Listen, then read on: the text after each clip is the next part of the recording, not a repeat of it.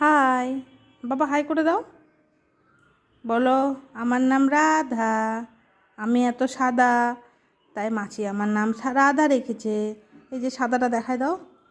বলি বাবা, বলো আমি ছোটুই তু, এখনও আমার 1.5 মাসও বয়স হয়নি, তাও আমি সব শিখে গেছি।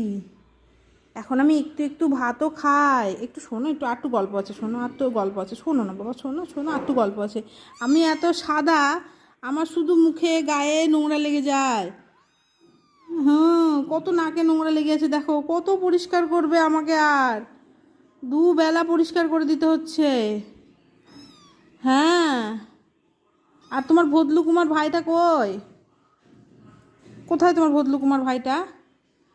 শোনো, একটু আমার কথা শোনো। তোমার তোমার মায়ের কারণে তোমার গায়ে থেকে যে পোকাগুলো আসছে, এগুলো যাবে কেমন করে? জিজ্ঞেস করো তো সবাইকে, সবাইকে বলো, আমাদেরকে সাজেশন দাও।